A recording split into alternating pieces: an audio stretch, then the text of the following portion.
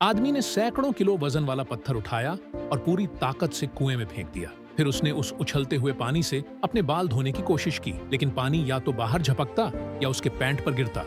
मगर वो हार नहीं मान सकता था, क्योंकि उसे शाहोलन में रहकर कुंग फू सीखना था। अब उसके पास बाल धोने का बस यही एक तरीका था।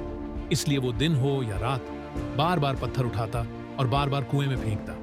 1 महीने तक ऐसा करने के बाद आखिरकार उसे पानी के छपकने का रिदम समझ में आ गया। अब वो पहले से ही समझ जाता था कि पानी कहाँ गिरेगा। अब वो खड़े होकर ही नहीं, कुएं की मुंडेर पर बैठकर भी बाल धो सकता था।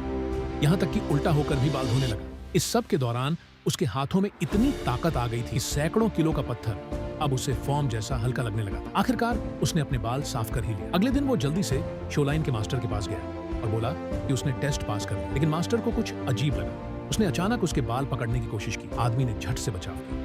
1 महीने तक पत्थर फेंककर बाल धोने की आदत ने उसके शरीर को नहीं ताकतवर बनाया था, बल्कि अब उसका शरीर भी बहुत फुर्तीला हो गया था। उसने मास्टर से गुहार लगाई कि उसे कुंग फू सिखाया जाए। मास्टर बस मुस्कुराया और फिर एक बार फिर उसके बालों की तरफ हाथ बढ़ाया। इस बार मास्टर ने उसका चेहरा पकड़कर धीरे से वेग निकल दिया। असल में आदमी पहले ही अपना सिर मुंडवा चुका था, लेकिन मास्टर ढक्का नहीं था। उसे डर लगने लगा कि कहीं उसे शाओलिन से बाहर ना निकाल दिया जाए। लेकिन मास्टर ने उल्टा उसे वहीं रहने दिया और आंगन में एक बांस का शेड बनाने का काम सौंपा। ऐसे शेड बन जाएगा, वो मास्टर का चेला बन जाएगा। हाथ बढ़ करते देखा तो वो ऊपर से उन्हें देखकर उनकी नकल करने लगा। लेकिन थोड़ी ही देर में उसके हाथ बांस से कटने लगे। फिर भी दर्द के बावजूद वो रात में भी उनकी हर हरकत की नकल करता रहा।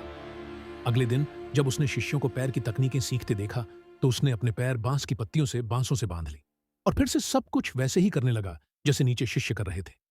जब शिष्यों को लकड़ी के पुतलों के साथ ट्रेनिंग करते देखा तो आदमी ने खुद ही बांस से एक पुतला बना लिया और वैसे ही सीखना शुरू कर दिया। हालांकि मास्टर ने उसे हेल में आने से मना किया था, लेकिन उसने शेड बनाते हुए चुपचाप कुंगफू सीख लिया। 1 साल बाद आखिरकार वो शैडे बनकर तैयार हुआ, लेकिन मास्टर ने उसे आदेश दिया कि अब सारे शेड्स को तोड़ दिया जाए। आदमी को बहुत गुस्सा आया। वो कूद कर आंगन में आया और मास्टर से झगड़ने लगा। मास्टर ने लोगों को बुलाकर उसे चारों तरफ से घर लिया और शाओइन मंदिर से निकाल दिया। असल में आदमी के मन में बहुत लगाव था और वो सन्यासी साधना के लिए योग्य नहीं था। मास्टर ने जानबूझकर उसे शेड बनाने का काम दिया था ताकि वो खुद ही चोरी छिपे कुंग फू सीख सके। आदमी को मजबूरी में वहां से जाना पड़ा।